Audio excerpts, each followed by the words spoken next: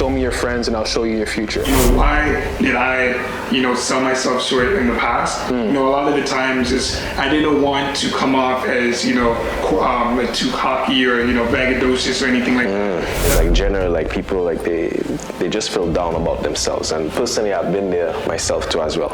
Especially minorities, we tend to operate from a place of deficiency when we should be operating from a place of abundance. What's the worst that could happen if your initiative fails?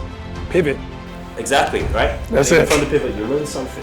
My brother and I, we wanted to do an initiative for Thanksgiving. We wanted to feed over 100 people, but at the time, we didn't have the catering business.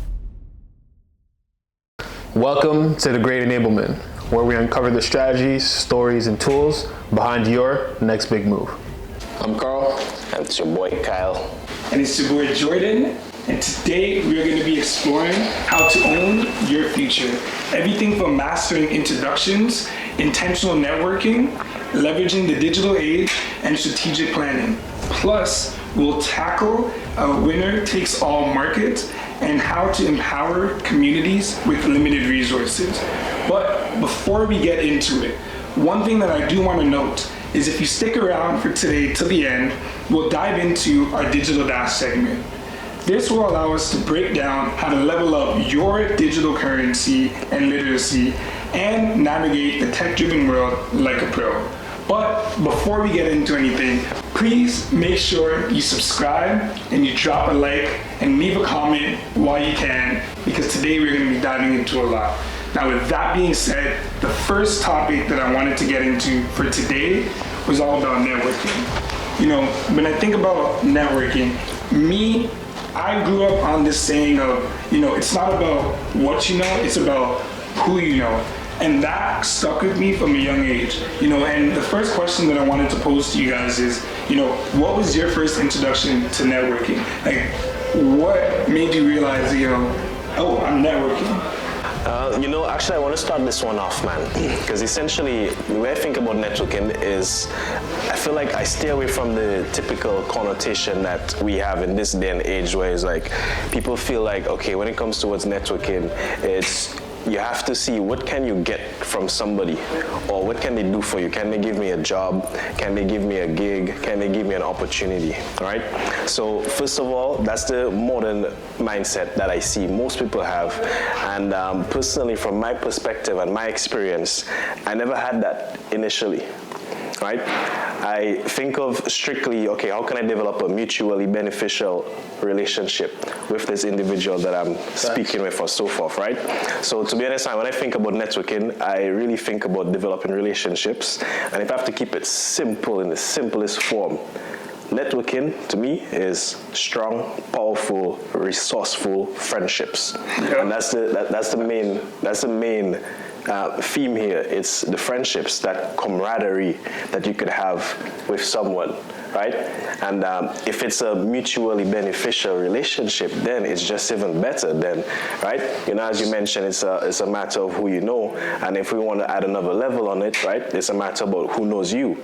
Just imagine if you had to be friends with, who's the richest guy in the world right now? Elon Musk. Imagine if you had to be friends with Elon Musk while you were in university, right? Or while you were in college. And take this in. Sometimes people, they don't even think about who they're sitting next to in class. They think of, this person is nothing, right? I don't have to speak to them.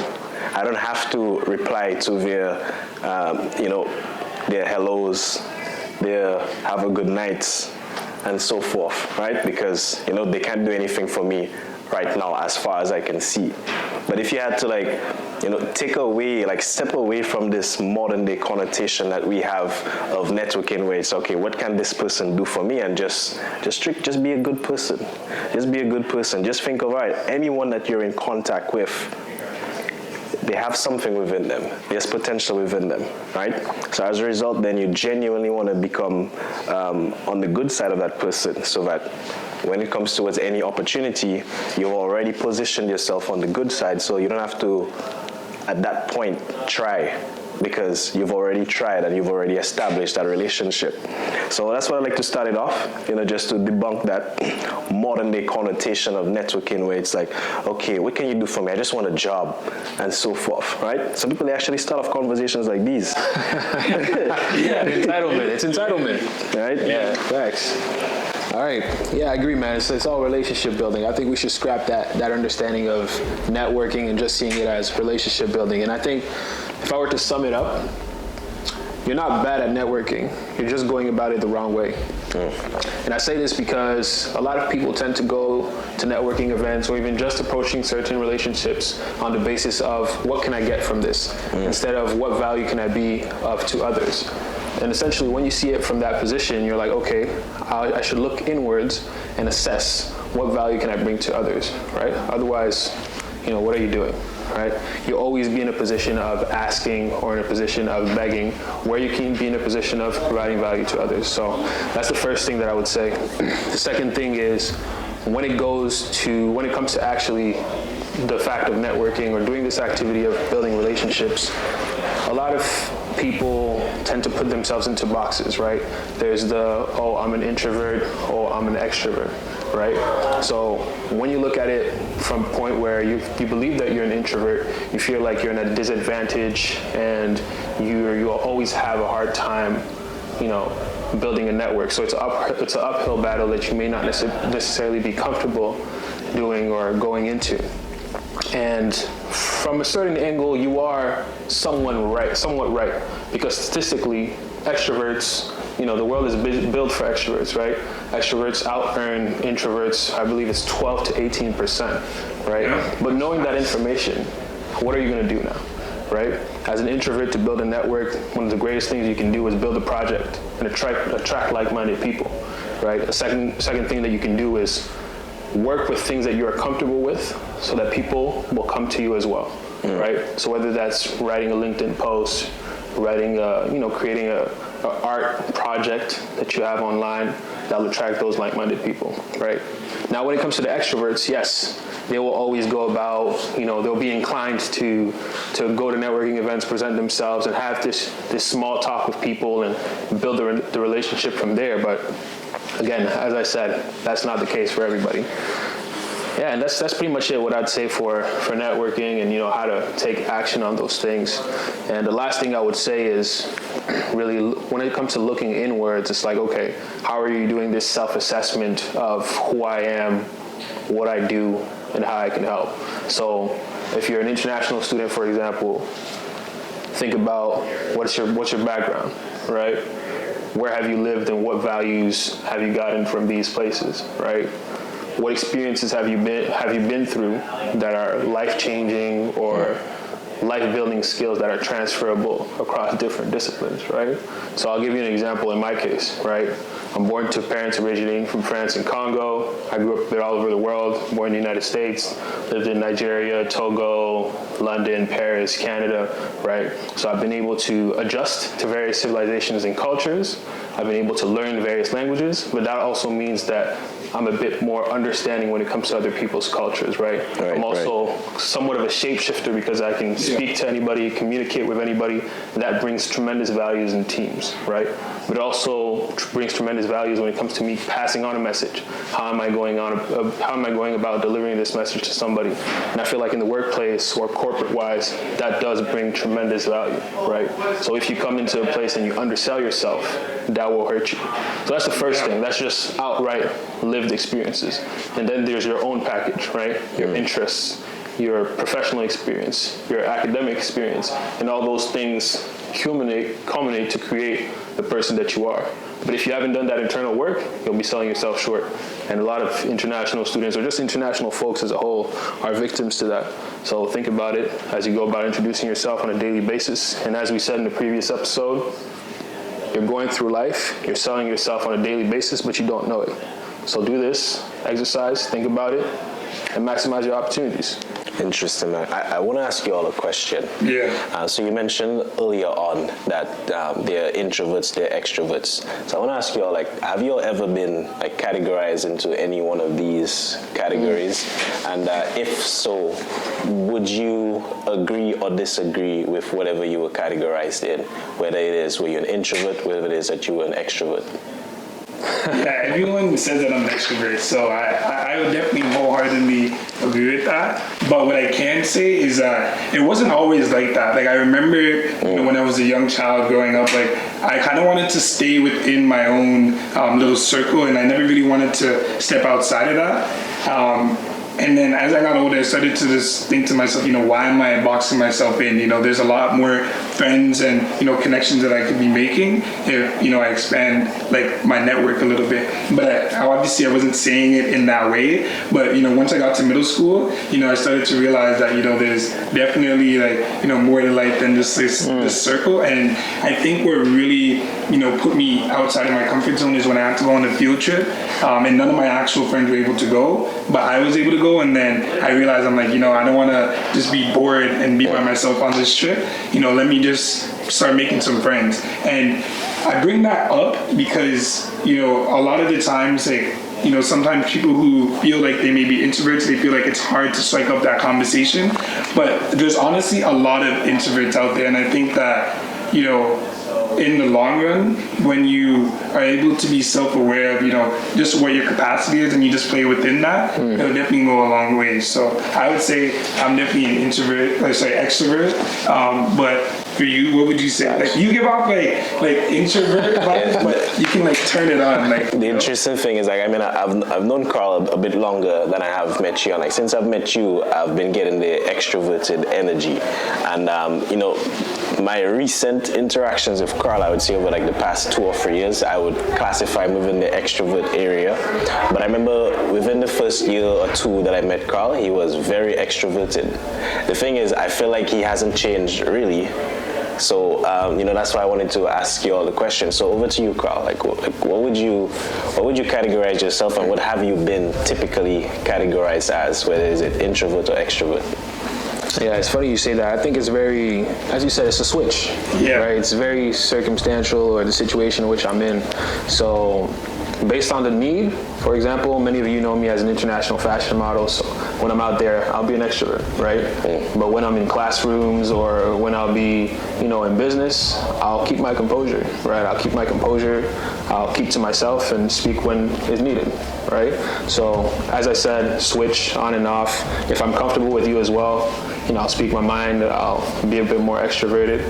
But all in all, some people call me an ambivert when you get to know me a bit better. whatever you want to classify that is, but yeah. So like define ambivert again? Yeah, I was about to ask you. I didn't want to pretend like I knew. I got you. Yeah, so ambivert essentially is somebody that's in the middle. Yeah. They're both extroverted, but they're also introverted. No, that makes a lot of sense. Yeah, that's why I said what I said. Yeah. Exactly, but going back to how can this be a good takeaway for you is, again, we talked about the fact that extroverts out-earn introverts by 12 to 18%, right? So what does this mean? This means that these are people that are consistently going to be putting themselves out there, right? They're not going to be selling themselves short. They're not going to discount themselves on their accomplishments, and those are things that I do. That's why people see me as an extrovert, because I'll maximize the opportunity every single time. But at the same time, I'll go back and you won't hear from me. I'll be a hermit, right? I'll be a hermit in my space, right? And that's really what I wanted to say in terms of, being that ambivert, understanding when do I have to be extroverted, when do I have to be introverted, and then I'll give a tip when you're a man, more specifically. A lot of men tend to feel as though if they're extroverted, they should not be composed, or they should be, childish or things like that. But no, I think it's all about managing your energy, right? If you're able to manage your energy and people see what prestance you come with, right? We talk about appearance, behavior, and communication. If you're able to enter rooms with intentionality in terms of how you'll be coming into those rooms, you're more able to navigate that perception of, is he an introvert? Is he an extrovert? Where does he fit?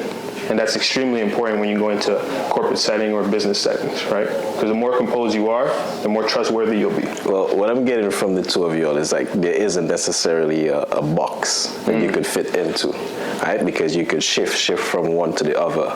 So it's like I see that fluidity in between the two. And I love that we're talking about it extensively because I feel like based on the label that we give ourselves, it could almost restrict us, right? As opposed to setting us free.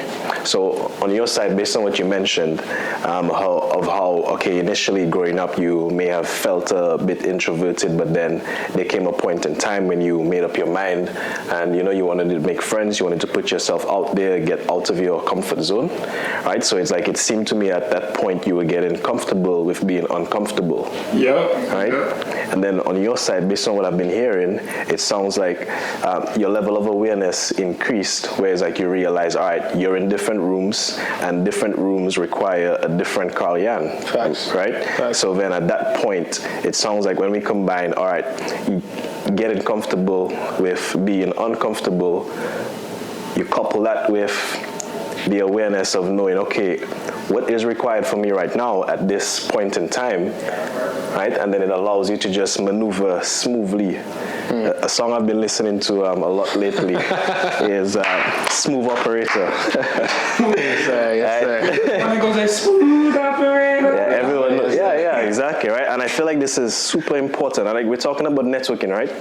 We're talking about networking, but the smooth operator is the one that everyone sees. You move through the room effortlessly. Like there's no friction, right? It's just complete joy for your movements. It's nothing like, okay,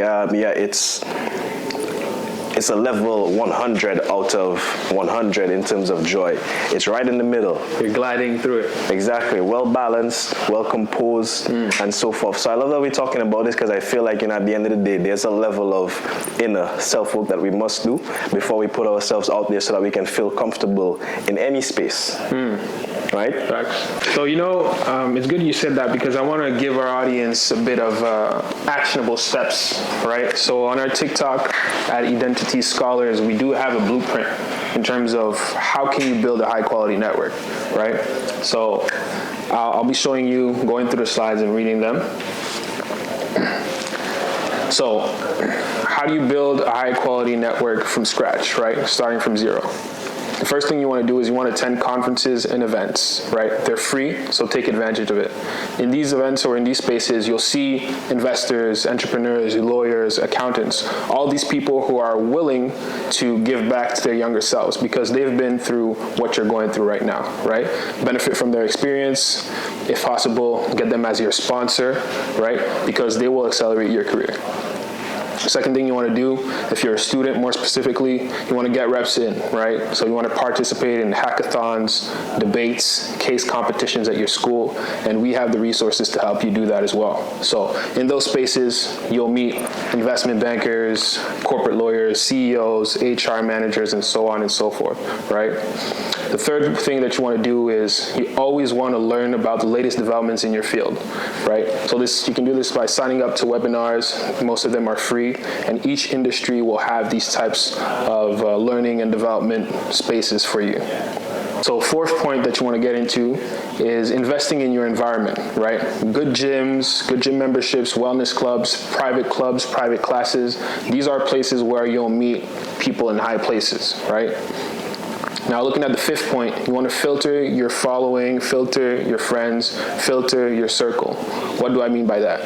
We've all heard the quote, show me your friends and I'll show you your future. That's exactly what it's about. So, something that, I kind of wanted to circle back to just a little bit earlier when we were chatting is, when I think about, how we even, became, acquaintances, I think that's like pretty legendary, like in and of itself, like when you think about. What's the story behind that? So, you want to start, should I? Yeah, for sure. Yeah, because I was always curious, but I never asked because he mentioned earlier, not like overlooking, your peers or whatever, because sometimes, a lot of times people think that, they're going to go to the highest and the, top level person, but, people aren't looking, to the folks who are in similar programs. Their classes, right? So there's horizontal networking, right? And there's vertical networking, right? And I guess I'll double down on this real quick as a quick segment here, but when we talk about horizontal networking, it's networking with your peers, right? Your colleagues, your friends, people in your classrooms. When you talk about vertical networking, it's looking to get to the people at the top, the decision makers, right? So when you understand those two dynamics, horizontal networking and vertical networking, you'll also see that in the middle, there's what we call multi-relationship building or multi-level relationship building. What that is essentially, I worked in corporate sales for some time, and what we learned is how can you leverage one relationship to get to the decision maker, right? Yeah. So you milk one relationship, you see how they can get you to the next Introduction, right? Things of that nature. Exactly. And I'm big on that. I love hey, can you give me a warm introduction to so-and-so? Exactly. Like that is definitely the lane. Yeah, It goes a long way. Even sometimes you may not even have to ask for the introduction, right? Sometimes maybe people may just say, hey, I actually want to introduce you to this person because I feel like you all are headed in a similar direction, or this person could help you get to this direction. And that goes back to the fundamental piece, having a strong personal brand. Exactly. Right? And I think going on to your point about having a strong personal brand, I think that's the beauty in the day and age that we live in. Thanks to technology, we actually have the ability to, network globally. Like ultimately, because of this digital age, the world is now flat. The world is at your oyster. You can reach out to anybody, anywhere, and there's no limitations really. Back in the day, there was some limitations, and I think that is definitely, taking things to another level. But I feel like you level up. Yeah, man, for sure. Back to the story about how I met Jordan Rhodes, right? Essentially, this was a few years ago. He was working a corporate job, and he started to post content on LinkedIn. I didn't know him at all. Yeah. I just see this light-skinned dude, taking a selfie and filming himself talking about his corporate sales experience. I'm like, this is bold, first of all. Yeah, it was definitely bold still. But then I was like, let me send some strength to the brother. You know what I mean? There's a black guy doing this on LinkedIn, and what was it, 2021 or something like that? Yeah. Or 2020? I was like, Yeah, it's wow. probably like pre-pandemic days, eh? 2020, Yeah, in so the middle of the pre-pandemic. pandemic, Okay. but I commended it because it's putting your life on the line. You have your whole professional network looking at you like that. What is this guy doing? It's also being vulnerable, and being okay with if it fails. So I sent a connection to him, and I was like, hey, Jordan, I came across your video, respect, let's connect, let's chat. Yeah. And then little by little we met, we got to know each other, and today, we're in business together. So it goes a long way. It's the power of networking. And just to add on to that point, when I received the message, I was genuinely blown away, and it definitely just, put that battery pack in me to keep going, because I was just like, you know what? I did think it was a little cringy at first because I didn't really see anybody else doing that. Facts. But having that reinforcement definitely went a long way. But something else that I really wanted to highlight here is just really taking in the power of network. When we talk about, it's not about what you know, it's about who you know. For me personally, a lot of the opportunities that I've came across has always been through networking, which is why I always urge everyone to, put yourself out there. It never hurts to reach out. Closed mouths essentially don't get fed, as we all know, right? So, but speaking of global opportunities though, because we live in a time now where markets are increasingly dominated by a few winners, how do we position ourselves to not just anticipate or participate in this, but to thrive in these winner-takes-all markets? I want to unpack that, but For sure. You want me to take a first take at it? Yeah, please, man. All right. Yeah, okay. So, For sure. All right. So I'm going to take my time with this one. But essentially what I'm trying to get to is that we live in a world of infinite leverage, right? There's never been a greater time to be absolutely remarkable, right? We have access to global markets. We're in the information economy. We can arguably reach out to anyone in the world, especially during times of pandemic. We saw that, right? And then you have the ability to scale your intellectual property. Whatever it is that you create, you have the ability to unpack that or repack that in different ways, whether it be videos, content, pictures, packages, skills and things like that. So really taking advantage of that. Because I see, especially minorities, we tend to operate from a place of deficiency when we should be operating from a place of abundance. As Black people, I can speak to it, we are victims of selling ourselves short. I don't know if it's a cultural thing, but I feel like we should break away from that, especially in times like now. I feel like it might be a cultural thing of kind of just like, playing it safe, And I think just operating under that mindset, because when I think about, why did I, sell myself short in the past, a lot of the times is I didn't want to come off as, like too cocky or, braggadocious or anything like that. I wanted to just stay in my lane and just be like a good token Black person, you know what I mean? Like I already feel like I'm stepping outside of my comfort zone a lot by being in this corporate space, and I'm just happy to be here. But I think, as Black folks, we definitely need to break out of that mindset, because, that's not healthy, to keep going on with that mindset. I feel like this applies to basically anyone that was deprived for an extended period of time, right? So it goes beyond just our race, because I also see this in other races too as well, right? Where it's generally people they just feel down about themselves, and personally I've been there myself too as well. Very interestingly, I was listening to a speech by Martin Luther King. It was one of those video shorts, right? So I didn't get the full clip. But anyways, it was essentially, I believe it was just before he gave the big speech that everybody rallied behind, and he was sort of whipping us into shape, where he's saying that pretty much no matter how things go, no matter whatever bill or contract or document that is signed or prepared that says you now have all the civil rights that you are asking for, nothing can free your mind. Wow. You're the only one who could do this. Wow. And it's this was like an urgency call that he was speaking forcefully into the hearts of people, so that they could wake up, right, and free themselves for themselves. So it's I know Carl talks about this a lot, where it's you need to have an incredibly high belief system. Right? You need to believe in yourself no matter what. And I feel personally over the past 2 weeks, I've had to do this at the highest level that I've ever done it before, because I feel the past 2 weeks have been the midterms, final exam season, and everybody just has this energy of, all right, let's just get this done. I'm tired, I'm drained, and so forth, right?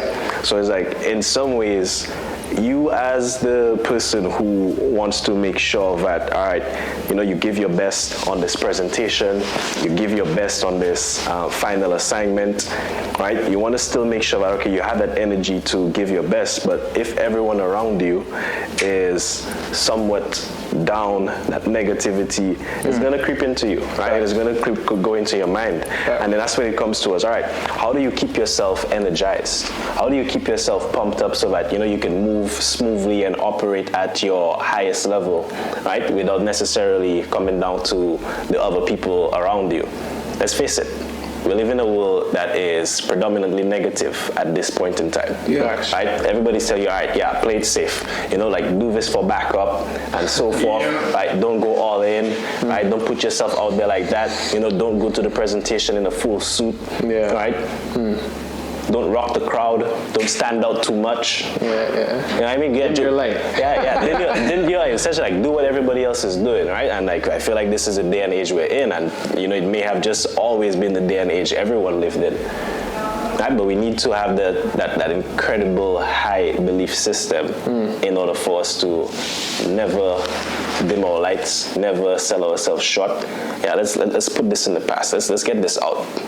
Speaking of, selling ourselves short and dimming our lights, during my graduate studies at the University of Toronto, studying information systems, I read a piece by Friedman, and he was saying the world is flat, and here are the 3 reasons why. Essentially, right now, technology has flattened the world in the sense that everybody can contribute and compete at a global landscape, right? So he breaks it down in 3 ways. He says that globalization 1.0 was essentially imperialism, right?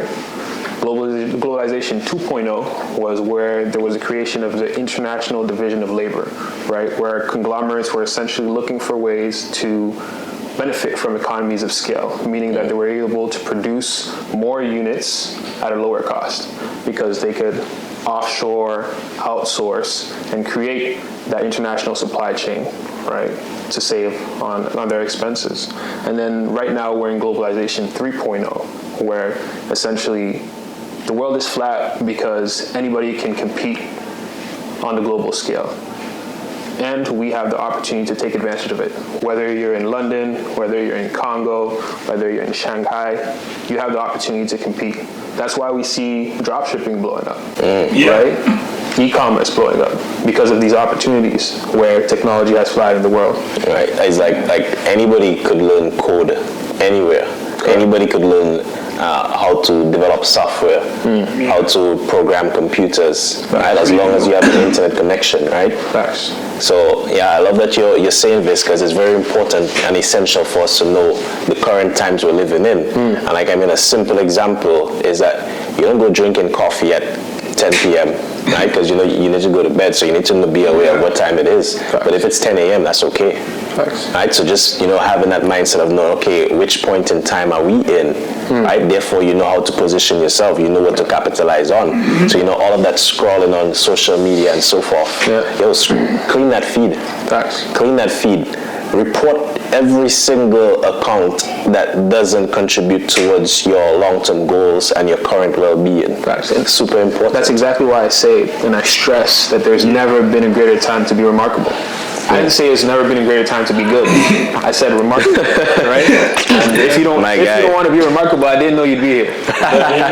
But I say that to say as well that when it comes to future planning, we have a unique opportunity to position ourselves in a way where we are strategic, right? We have access to all the information at our fingertips, but do we understand it and how are we applying it, right? The framework that we talked about in our workshops is first you want to have a good understanding of what your unique advantage is, right? The second thing you want to think about is how can you have access to a high quality deal, whether it be through your network, whether it be through the relationships that you have, or just opportunities at work. And the last thing that you want to think about is how are you positioning yourself in a way where the world is going. That's why we study technology. That's why there's a prevalence of STEM, right? Science, technology, engineering, and mathematics, right? Because that's where the world is going. But we'll be diving into all those things later on. A tech segment. Yep. I'm sure you're happy you studied technology, eh? Yeah, no, I too. By the way, this guy has me to thank for pushing him into the direction. Yeah, what you studied before, it was some management. Yeah, business management, man, but I'm that traditional business management. Let's add that in, right? That's traditional business management. We still study business management, but we study modern business management. Right. Yeah, right? I was about to choose a business management program, but then one of my mentors, he was just like the BTM program is like a hidden gem. And what is BTM? What is BTM? Oh, business technology management. So, but it's also like information technology management. It's known as that as well. And he would tell me that it's like a hidden gem, and I didn't really understand what he was saying because this was back in 2017 at the time. But then fast forward to like my third year in uni, I started to realize, wow, like everything that I'm learning, especially when it comes to learning about the cloud, learning about security, those things are just becoming more and more and more like prevalent in the day-to-day, especially since a lot of these large corporations are migrating to the cloud and getting their workloads off.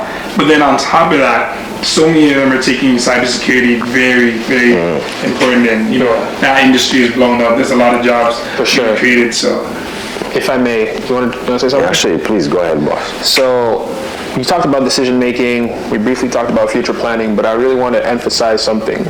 Right now, we live in a world where there's also a place for your imagination, right? Right now, we live in a world that is arguably shaped by the ideas of somebody, whether it be Zuckerberg, Musk, but there's also a place for your ideas as well, right? So when you look at even those guys, for example, Musk, some of the ideas came from books that he read way back. And even today, when we look at science fiction, right? Science fiction is only limited by our imagination, right? So when we have access to all this information, what are we doing with it to create information or create artifacts or technology that can benefit us. Otherwise, you'll be living in a world of Zuckerberg and Musk, whereas you could be living in your own world as well, right? So going back to not selling yourself short, how are you positioning yourself to create a world where the world is going, but also contribute to that ecosystem as well. Man, I love that, man. So And you'll get paid. facts. So about that. Yeah, so I love what we're speaking about, in terms of like recognizing the times that we're living in, and also just, being more aware of like how things are changing, right? Like for example, how is it that, okay, you mentioned BTM, business technology management, like how much difference is this compared to business management, right? So the only difference that I see is that T in the middle where you have technology, right? And like we know that we're in a technologically driven society right now, and it's only getting more technologically driven. So, having said that, I think one of the key things that we need to keep in mind as we wrap up the segment with regards to future planning is to try to get ahead. I try to get ahead, where it's like, okay, you try to study, okay, what is the world going to need next, right? We see AI right now pretty much displacing a lot of people and mundane tasks and so forth, right? But then what's going to happen next after that gets used and abused and right to the point where it's done all that it could? Facts. Right? I believe there's someone, I can't remember who exactly you mentioned, but they mentioned that the need for human-to-human interaction and just that connection is going to increase at an exponential rate over the next couple of years. I can feel it. Yeah. Right? So as a result, the people who can build those authentic community relationships amongst people, they will definitely thrive. And they will thrive even further if they can leverage technology to help them do that too as well. Arguably, this is sort of what we are doing right now in terms of positioning ourselves so that we can capitalize on the future. So as of right now, yes, we're still young and so forth. We're playing around with cameras, technology, and so forth, and we're trying to pour our energy into our audience by means of technology so that, hey, we can be heard. Right, and then there will come a point in time where our community would have grown so large, so massive, so engaged, right? Whenever it is that we need some help with something, all we do is send a message, drop a line, right, and see how quickly we get help. Facts. Now I know we want to talk about, how do you get opportunities if you're lacking resources, right? So do any one of you all have experience in terms of making something out of nothing? Because arguably, this is one of the excuses that a lot of people they give is, oh, I don't have this, I don't have that, right? I don't know which school to go to. None of my parents went to university. I don't have money to start a business. Right? There's a whole list of excuses that people they typically give, as opposed to trying to say it's on them. So can anyone of you all speak on? Yeah, I have two different examples. So, in the last episode, if I'm not mistaken, I believe I talked about when I was joining the DECA team, which is a business club at Ted Rogers School of Management, also known as Toronto Metropolitan University. And I believe I said that I didn't think I was going to get an internship at the time. And then, I just said, what, if I pour all my effort into this director of corporate relations role, I can make this my internship. And I think that's the beauty of being in your undergrad. There's so much opportunities on campus that, for example, you guys even started your own, or founded your own student group, but there's so much opportunities on campus to make something out of nothing. And I think that's the real beauty of post-secondary. But I'll give a different example, because you guys can just go and check out episode 2 for that.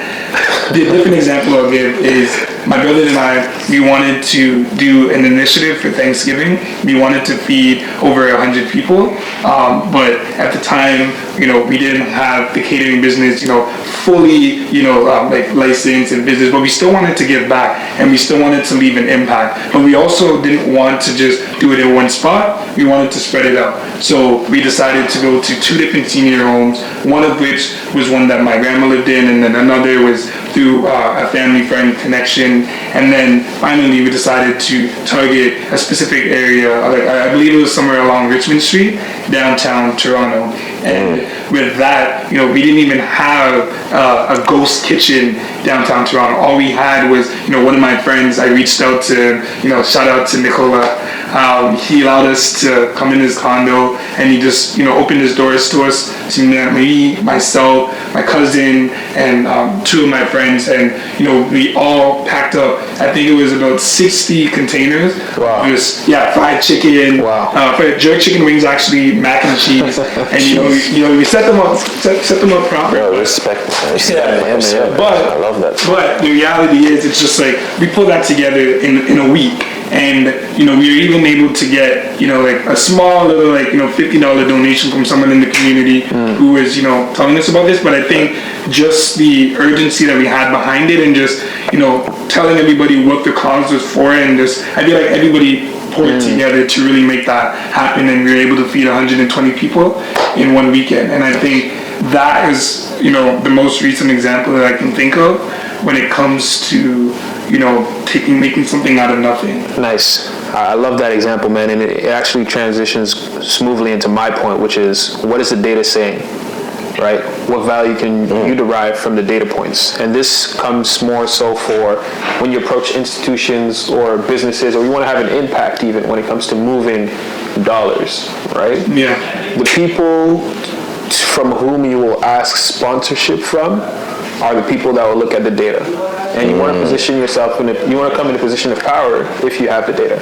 So for example, let's say you're running a community event, and you know that the business you're going to approach is focusing on black people. So they're going to ask you, how many black people do you have, right? What is the median income of the black folks in your community, right? Are they, for example, let's say it's Amazon, right? If you have a community of 60 people, for example, how many of these people are prime customers, right? And if not, you come to Amazon asking for sponsorship. If they can give maybe 5% sign-on rate for anybody who's signing up to Prime, and that's how you derive value, because you have those numbers. Are they Prime customers? Are they on Prime? Yes or no? If not, can we provide a discount for all the people that are signing up to Prime in your community? That way you provide and you create a mutually beneficial relationship, because they will be selling more now because they have more Prime members, and they'll be sponsoring your event. So it's a win-win. It's a win-win situation.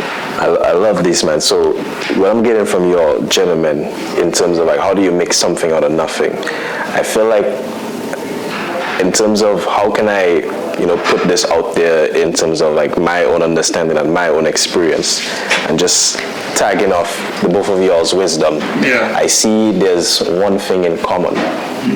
You require leadership, and with leadership you require initiative.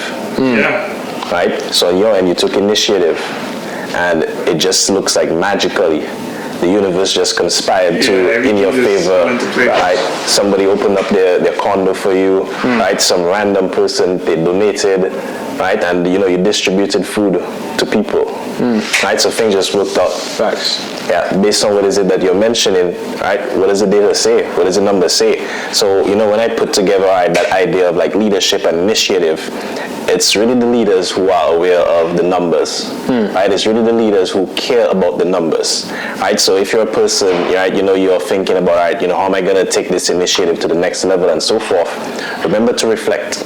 Remember to, go back and see, okay, how big did my impact go forth, right? How big was that? Very interestingly, I think it was probably 2 days ago. I was teaching at the University of Toronto, Mississauga, supporting a professor as a teaching assistant. And, we were kind of like joking about some of the things that we did in the past, where it's like we actually have a casual relationship that started off professionally, where, Carl and I, we started a student club, and we decided to work with professors like this professor. And so this is Dr. Radha Maharaj. She has a whole series for teaching children economics and financial literacy. So we decided to hop on that wave and see, okay, can we help during the pandemic? Right? 'Cause this is a critical moment. Everyone who had traditional events going on, they needed a new way to run things. So our student club came in clutch at the time. Facts. Mind you, we were planning the student club pre-pandemic. The pandemic hit, but guess what? We didn't stop. Facts. Right? So that whole thing about leadership and initiative, where you have to be relentless towards bringing your ideas forth. You can't let any circumstance affect that. With at least you try. And plus, what's the worst that could happen if your initiative fails? Pivot. Exactly, right? That's And it. From the pivot, you learn something. Facts. You learn something, What if it turns out better than you ever imagined? Exactly. right? It could go either way, but either way, you learn something, you develop some network, some key people in your network and so forth, people that remember you, right? But when all is said and done, remember to reflect, crunch the numbers, write it down, tell a story. So therefore you can ensure that narrative it lives on, instead of having someone else tell your story for you. Thanks. It's actually good point, because I want us to close the conversation on this, and it's a tweet that I came across from Reese Wabera. So Reese Wabera is the founder of Manière de Voir, Yeah. a phenomenal entrepreneur who pivoted from athletics, right? He Yeah. used to be a professional soccer player and transitioned into fashion. So he said that the superpower in today's world are long-term thinking, critical thinking, deep listening, diligence, patience, common sense, curiosity, controlling emotions, and the best, minding your business. Okay, like minding your business and what? I'm just kidding. But okay, wait. So I have a question though. So after hearing that list or reading through that list, which one like resonates with you? Like which one do you hold dear to your chest? One more time. Superpower in today's world. Long-term thinking, critical thinking, deep listening, diligence, patience, common sense, curiosity, controlling emotions, and minding your business. Is there anyone that stands out to you, and why? I want to say controlling your emotions. Tell me more. I wanted to say like deep listening at first, but I think controlling your emotions really goes a long way, because when you think about how life is in life, we're always going to go through seasons. There's always going to be the highs and the lows, and I think if you can get really good at controlling your emotions throughout all of that, we're trying to remain as neutral as you can. I think, and this is coming from my own personal experience, I think that will really help out with, a lot of the other things. It will help you, to listen more effectively. It'll help you to, think more long term, because sometimes, if we get too caught up in our emotions, we can get, caught in the past. We can get caught stuck in like the right now, and, it's blocking our ability to think further ahead. So for me, one thing that I learned is just staying cool, calm, and collected. That really goes a long way. So the fact that the fact that I'm able to control my emotions, it's really saved me a lot from just, acting too quickly, so that's the one that sticks out to me. What about you? Yeah, so on my side, what resonates the most to me out of these, I would definitely highlight the critical thinking. By the way, I think they're all important. Right? Yeah, they are. When it comes towards critical thinking, I think especially now in this time that we're living in, it's important. The reason as to why I think of this is I feel like in some ways, technology, social media, it has somewhat rendered us into having a lot of what I call mindless moments. Times where we don't think, times where we sort of rely on an AI prompt response for us to think. Where we don't necessarily try to solve problems ourselves. I say this a lot to some of my students and just even students that I mentor and so forth. But there's something that we actually call good questions. So what is a good question? A good question, from my perspective, is one where you try to answer it. So therefore, when you come towards asking that question, you bring forth, all right, hey, I did X, Y, and Z, but I don't understand this. So then it allows whoever you're communicating with to show what level your understanding is. All right, so now how does this relate towards critical thinking? Critical thinking means that you're not just thinking of things from one side, one perspective. You're thinking of it from multiple points of views, right? So you're trying to see, okay, how is it that this person is thinking of it in comparison to how I'm thinking about it, in comparison to how my mom might be thinking about it, in comparison to how my dad may be thinking about it, right? So like all of a sudden now you have that overstanding and you have multiple perspectives where now you can draw some very important conclusions because you think critically and you're engaging your brain. So I think like in this day and age that we're in right now, critical thinking is going to really take us up a notch and allow us to solve problems creatively. So we break past the norms of what everybody's doing. If everybody's doing something, you want to analyze that. And you want to say, okay, why are they doing things that way?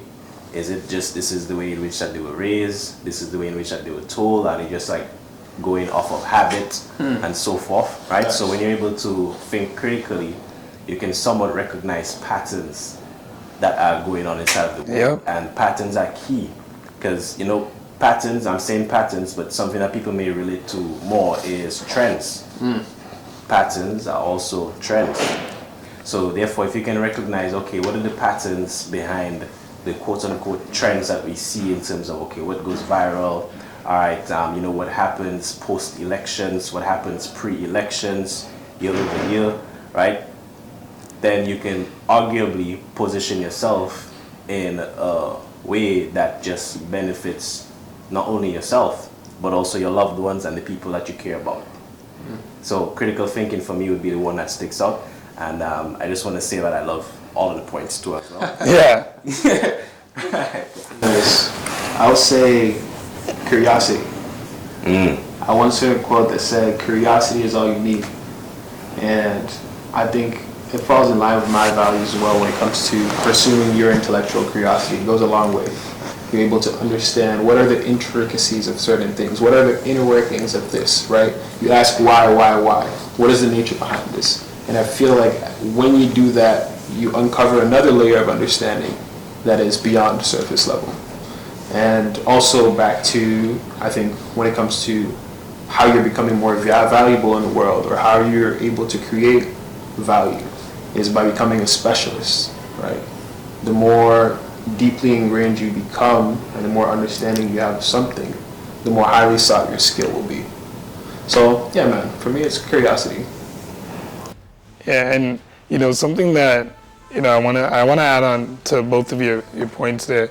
You know about like asking like good questions and just critical thinking in general.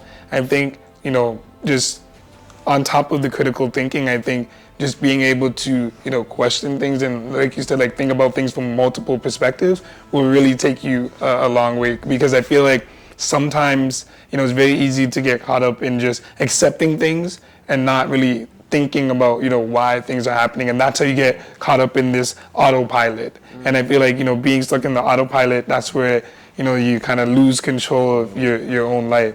And with what you were saying about being curious, I think being curious is the first step to putting yourself out there. I think being curious is that driving force that will take you to your potential future and to being remarkable. And just to close out, I feel like with everything that we talked about today, from networking to future planning to globalization, and just overall just how to take advantage of the winner take all markets, I think that just rounding it out with how we are empowering communities, and then even this segment to really put into perspective how you can really take control of your future, but not only take control of your own future, but also pay it forward at the same time. So, with that being said, for me, I don't really have any other closing, statements. Do you guys have anything you wanted to add? Yeah, definitely. I have a closing, point to just try to solidify the entire thing together. Yeah. So what we spoke about, I would say the main thing we should be seeking is to move as a smooth operator. Yes, sir. Smooth. Alright, so this ties in the importance of knowing yourself. This ties in the importance of being comfortable with uncomfortable situations, right? This ties in with basically even knowing, okay, where you're gonna go in the next 10, 20 years. So if you're super aware of, you know, who you are, what you're doing, and where you're gonna be, you just operate on a level of calm, right?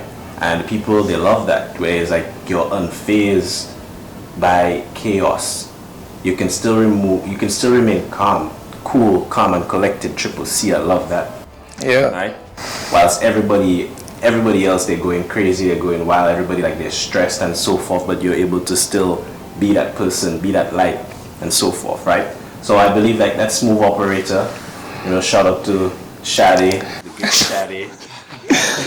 Of course. You know, making timeless music, right, that we can still learn from. If you don't know the song by now, y'all should go check that out. Like, watch the lyrics. Like this right there, it's another lesson by itself, right? So the smooth operator principle, I believe that's key, and I believe this will help all of us. Yeah.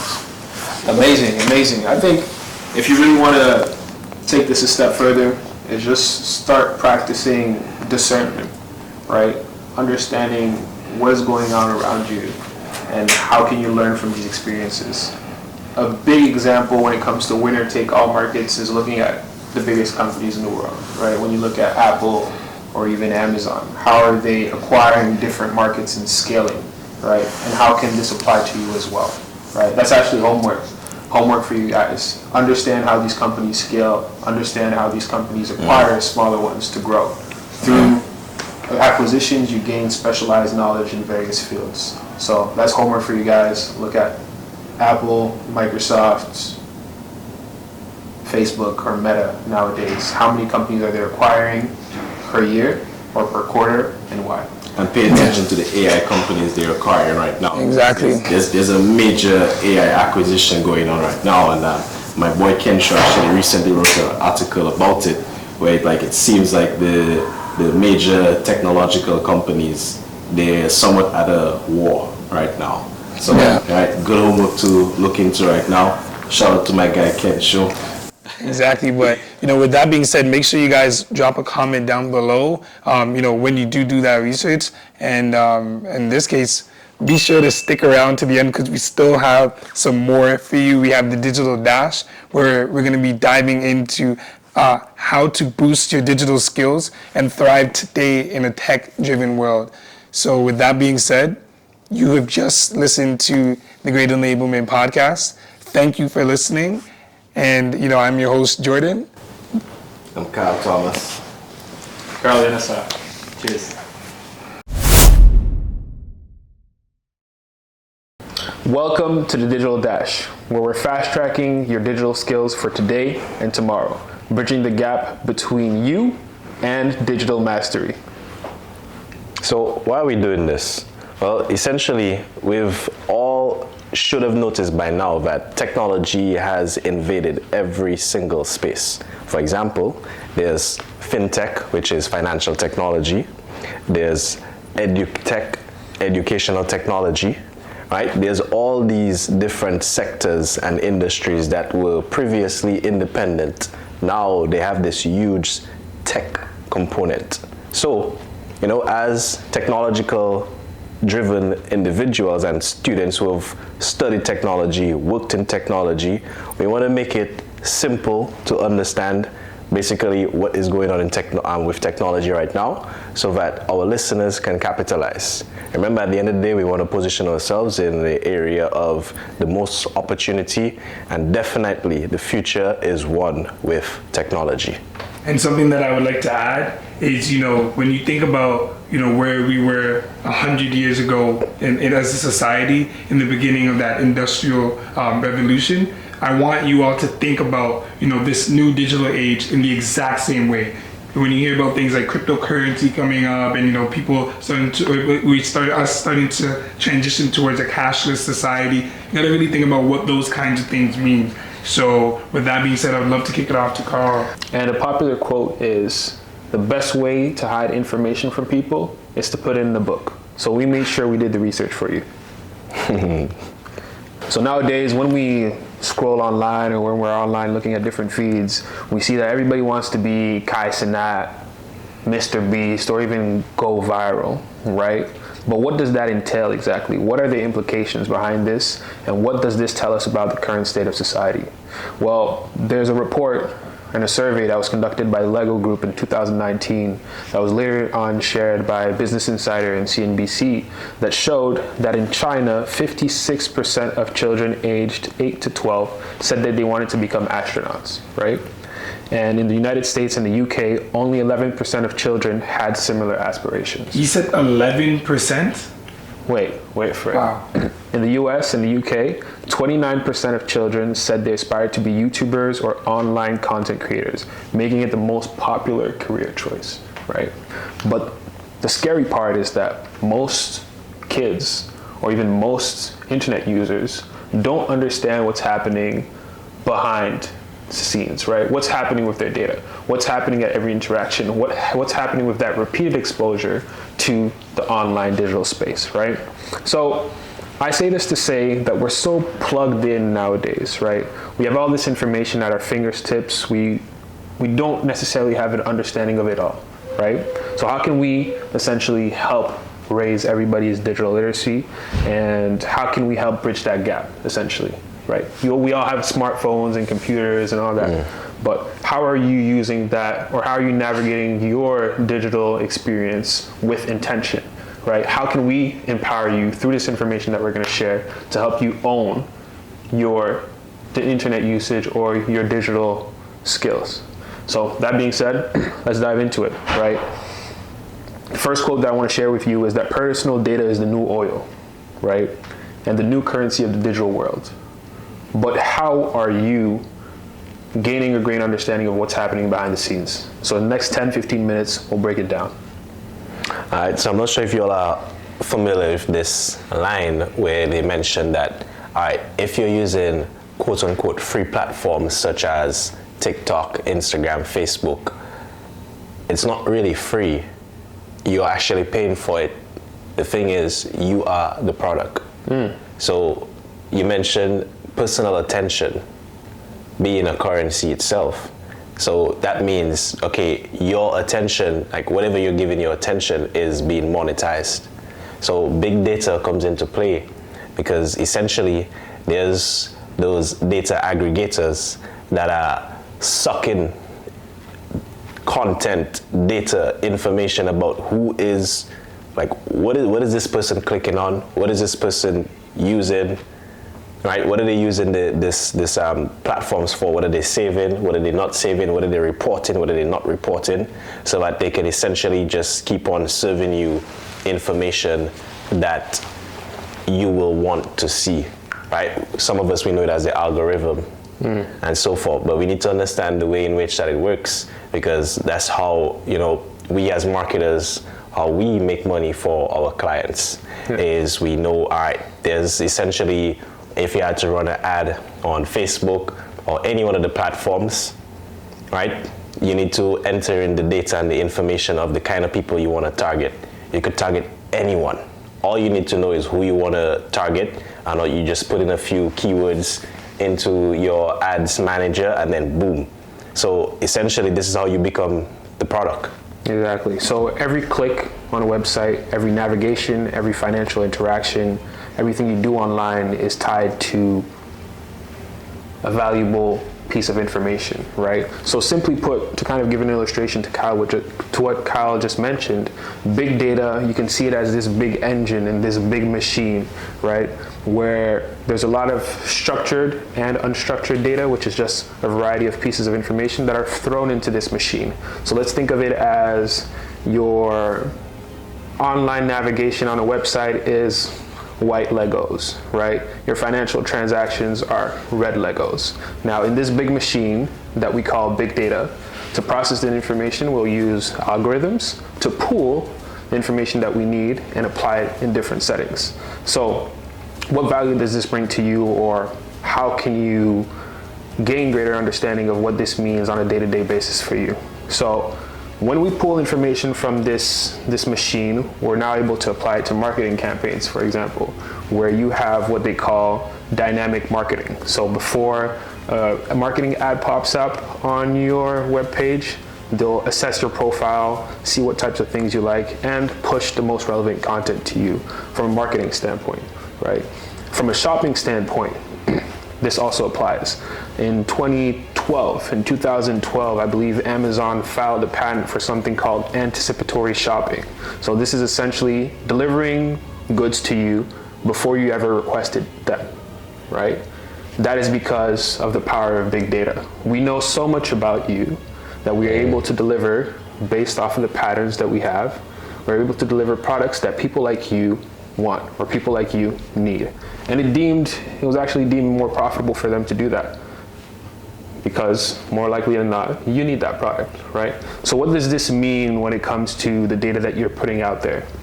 This means that, yes, you are overindulged or over indexing on your online experience, but what is actually happening behind the scene?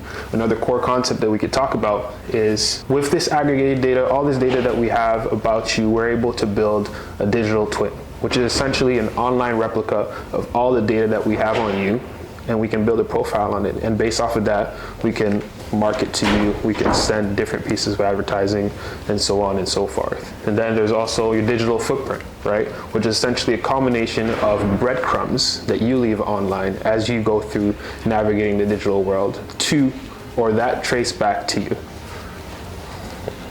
So, as you were speaking, it started to make me think about something, and I started to think to myself, with what you're saying is that why most of these organizations are, trying to shift towards subscription-based products or services? Because I noticed that I noticed that that's become more popularized nowadays, and I think it's meant to, it's framed as something that's more convenient for us. But would you agree or disagree that transitioning to a subscription-based model as a consumer is beneficial or not beneficial? I think it depends. When it comes to subscription models, it's essentially keeping you in a pipeline where they want to, yes, from the business standpoint, provide more value to you on a consistent basis. Yeah. But from a revenue generation standpoint, it's more about cutting down the upfront cost that they give you, so that over time you're paying $20 instead of paying whatever the amount would be at the end of the year, right? So that's one reason from a revenue generation standpoint. The second reason behind that is, if we're able to create a cult-like following or a community, we are better able to serve those customers because we have more data about them. We have more interactions with them, and we can test and try things. A good example that I can give you is, again, Apple, right? When you're looking to build a business from a strategy standpoint, the goal is to invite people into the house, put them in different rooms, and lock them from the outside. What do I mean by that? When you're able to have this ecosystem, they won't necessarily want to leave, right? They're already inside the house, they have everything they need. They won't even look to exit the room anymore. And that's what's really happening from a business standpoint. We have so much data on you that we know what you will want next. We know the patterns. Every day, nowadays, people talk about artificial intelligence, which is essentially just a marketing term. Realistically, what's happening, there are prediction machines, right? Simply put, how can we aggregate all this data to create patterns to make more sense out of what's happening? So that's what's really the core benefit behind the subscription models when it comes to big data more specifically. I'll add one more thing that I didn't talk about is APIs, right? When we talk about big data, you may be wondering, how is the information passing on between softwares and systems? And it's APIs that are facilitating these things. These are called application programming interfaces, right? It's just systems, or you can see it as patches that you put on two sides to help two softwares exchange data and provide a better service to you.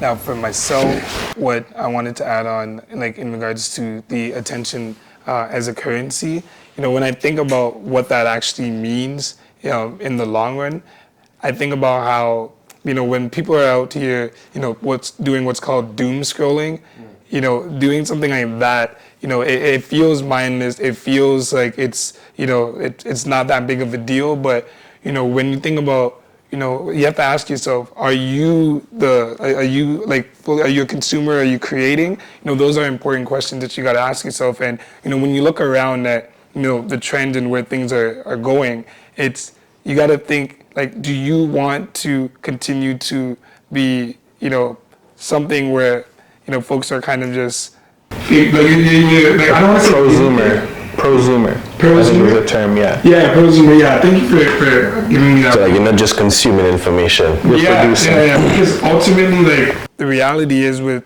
the fact that the digital landscape has flattened the world.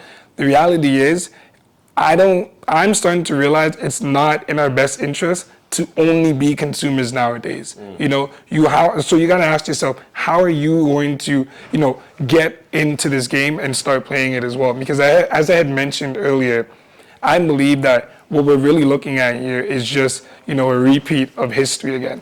Instead of it being people working in factories or whatever, now we're seeing the rise in all these content creators. And people just picking up a camera and starting to put themselves out there and realizing that, hey, it's not just these big corporations that have the ability to go out there and create compelling marketing campaigns or things to, attract us and to sell things to us. I'm starting to see people that I even have in my network, and I've seen it firsthand how, certain marketing strategies will work, and just having the right sales funnel will really go a long way.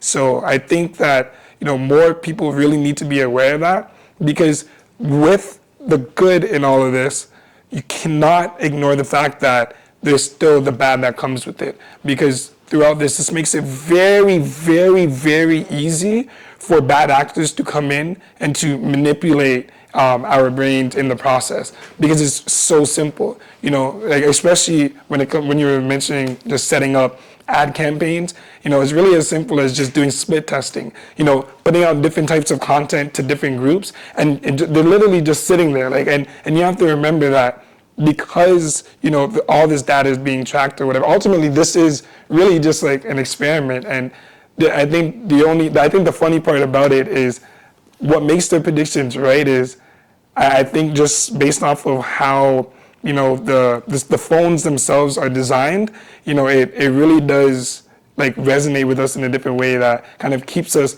locked in. Everything really is by design. So yeah, as you said, it's by design. Why do they call it the news feed, right? Or your social media feed, right? It's feeding you, right? And I love what you mentioned in terms of prosumer, right? So if you have to flip the narrative on that, where you're the one who is producing content, then guess what?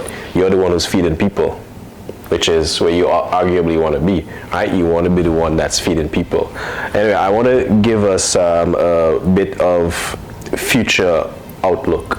So by now, some of you all have probably heard of quantum computing. And by now, everyone should have heard about cybersecurity. So, you mentioned about bad actors coming into play. We've been seeing a majority of companies getting hacked. You all may not know this, but the banks on a regular basis, they get threats of being hacked, or sometimes they actually do get hacked.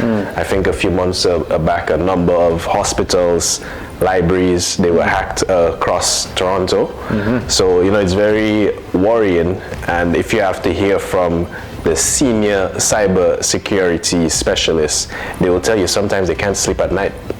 They will actually tell you that sometimes they're in conference discussing, okay, what can they do to position themselves in a place where they're ahead of the hackers, and whilst they're in that conference discussing, they're getting hacked.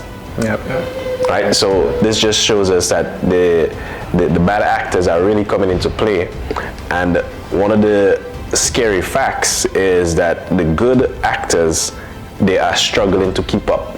Now, how is that going to become even more worrisome is the introduction of quantum computing. So essentially, quantum computing is basically computing power technology that we have going on right now, but on an exponentially higher level. There's something what they call Moore's Law, where Moore's Law is essentially, I think every 2 years, technology, it becomes faster, but twice as fast, but half the price. Correct. Or something like that. Correct. Right? So with that being said, it shows that we're heading into an unprecedented time of computing power. And this is what we call this is what we call quantum computing. Exactly. So how can we position ourselves in a way where we're not the we're not the victims of cybersecurity attacks. How can we position ourselves in a way where, we're ahead of the curve in terms of, okay, we're not getting hacked on a regular basis, and how can we put ourselves in a position to actually leverage quantum computing? Yeah. So just to clarify a bit more about quantum computing, yes, we mentioned quantum computing as supercomputers that have an exponential amount of processing power, but what really happens behind the scenes, or what does this mean more specifically, is that when you think of quantum computing, essentially these are supercomputers, right? They do have more computing power, but the threat lays in that decryption will happen at a faster rate. So when you think of passwords right now, with the computers that we have right now, it may take a bit more time for people to actually decode what your potential password can be and what the potential combinations could be for somebody to access your device. But realistically, with quantum computing, the decryption can happen in less than 7 seconds. So that's the real threats that's being posed, and why a lot of cybersecurity specialists are fearing this quantum computing phenomena. Yeah, very interestingly, quantum computing isn't something that is decentralized, which just means that not everyone has access towards quantum computers. I think there's only a few number of companies and people who have this, like IBM for one. They do have quantum computing power, but it's not something you could just go ahead and access. Hackers, well, in terms of what is currently known, we don't know them to have it, but we know them to that they are working on getting it. So once that gets into their hands, I believe that's where a lot more fear will start to creep up, and it just shows that we need to be aware that, okay, like this is coming, so that, in some ways we can prepare ourselves for it. And it means to as well that we need to sort of, okay, like just like stop using those simple passwords, use more complex passwords, which is one of the simple things that you could use. You could also use a password manager, right, and so forth. And we're just talking about protecting your own personal information, right? Now, we hear of cybersecurity risk, emerging. So, for the people who are looking for what is the next big job, right? What is the next hot market that you could position yourself into? Definitely, you could take a look at cybersecurity, and there's so many different ways in terms of how could you penetrate that space. Right? Think of it as any business, any organization. You have people there, you need people to sell the product. You need some technical people to install the implementations, or to rectify things as they go wrong, which typically happens. Right? You need some leaders within the organization itself. You need some assistants and so forth.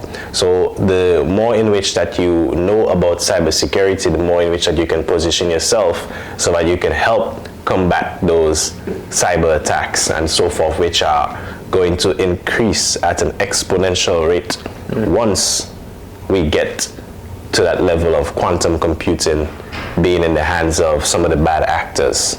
And in line with future-proofing your career, another key point is data analysis, right? Data analysis is a skill that allows you to essentially glide through a variety of sectors, whether it be finance, healthcare, sports and entertainment. Anything you think about needs data analytics, right? It's not going anywhere. We talked about big data and how efficient it is, right?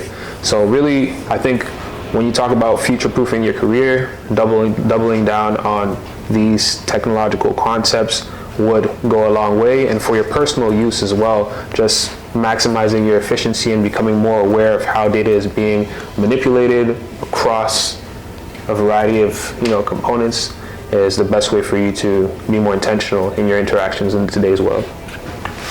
Yeah. So with that being said, that was the Digital Dash. I learned a lot just by taking in what you guys were saying. For sure. And I really want this to be like a brief moment for you all listening to really think about what the future looks like, and maybe take some time to do some research on your own and really think about what is it that you're going to start learning about? Is it going to be cybersecurity? Is it going to be about quantum computing? And the only reason why I say this is because it's either we hop on this train now or you just get left behind. And honestly, as time it goes on, I always see people online saying things like, oh, if I only started making content back then, like the pandemic or whatever, or if I only knew that, Bitcoin was going to go up, back in 2011 or 2013 or 2019, whatever, but, why think about the past? We know this information, you have a starting point, so what are you going to do with that? Facts. Right. So, Interesting that you're saying this, right? Like you talk about like being able to like capitalize on like opportunities, like getting into Bitcoin early, or we could even say like getting into companies like Facebook early and so forth, right? So if you did know that information before, the question is, would you have acted? So right now we're telling you right now you should position yourself to get into things around cybersecurity, learn more about quantum computing and so forth. So the question is, will you seek out more? Now I want to give you all a healthy challenge. Y'all can give us a list of questions. You could put it in the comments, send us a DM or anything of that nature. Just find a way to reach out to us. Let us know what is it that you want to know.